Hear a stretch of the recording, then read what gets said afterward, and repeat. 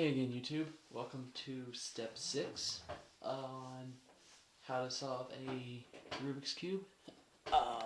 This is my 3x3 tutorial, and by now you should have this front face completely solved, the bottom face, as well as these two bottom rows here. And after our last step, in which we solved this, you should begin to notice that some of these are taking like they're falling into the correct spots. A few of them are. After you do this, you will either have them where they're like this, like completely, like they'll all be like messed up, except I ended up with a solid color here, which that does not always happen, but every now and then it does.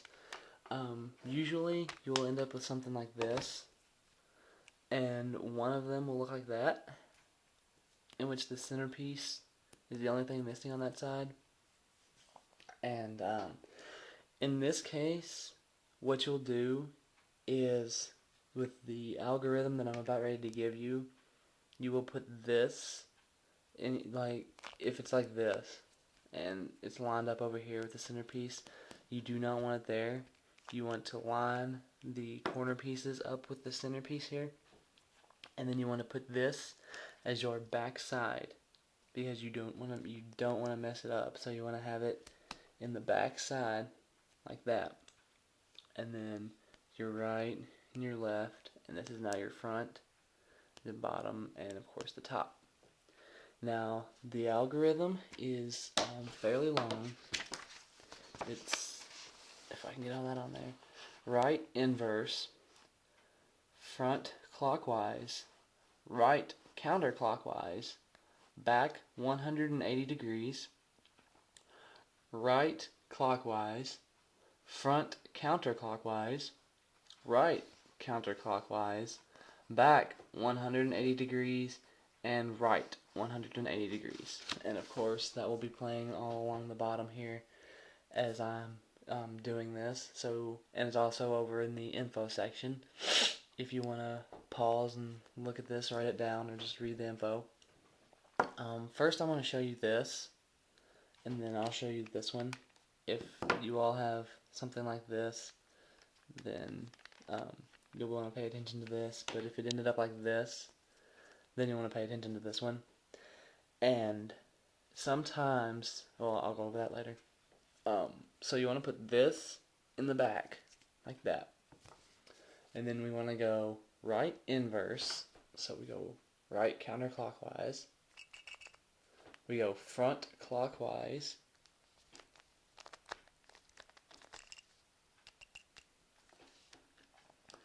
Right inverse again. Back 180 degrees. So we have our back, and we just turn it 180, just like that. Then we go right clockwise. Then we go front counterclockwise. Then we do right counterclockwise. Then we take back 180 degrees. And then we go right 180 degrees. Now, what that did is it did mess up your blue that you had, but that's perfectly fine, because what it has done now is put you one step closer to solving your Rubik's Cube, because at least one side should, but it might not be, solved. And if it's not solved, then it should at least look like these others in the way that it's set up, like two colors and then one. And if this is what you got, then you are done with step 6 and ready to move on to step 7. Now we'll go on to this one. And if your cube ended up like this, in which it's solid, you will want to slide it to its solid color, such as we did with this when we slid it over to the blue. Then you'll want to put this also, like we did with the other one, in the back, like that, and perform the algorithm. Right counterclockwise, front clockwise, right counterclockwise, back 180 degrees,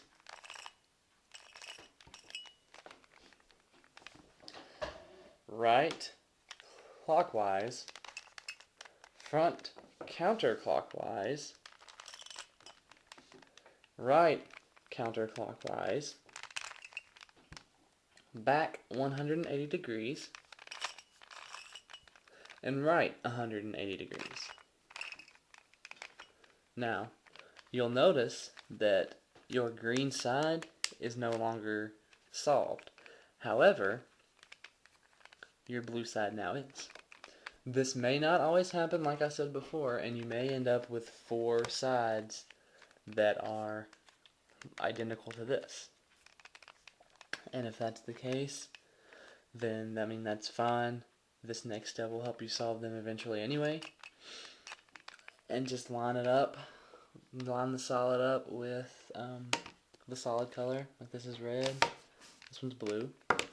So just do that, and I will see you when we come back for step 7 with one more algorithm and the final step in solving your Rubik's Cube.